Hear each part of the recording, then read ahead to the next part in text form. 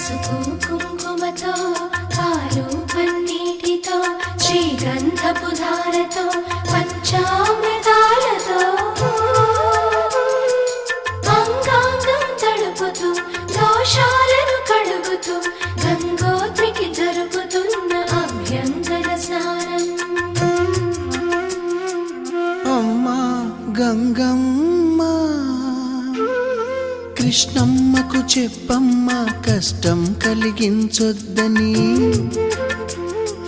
యమునకు చెప్పమ్మ సాయమునకు వెనకాడొద్దని,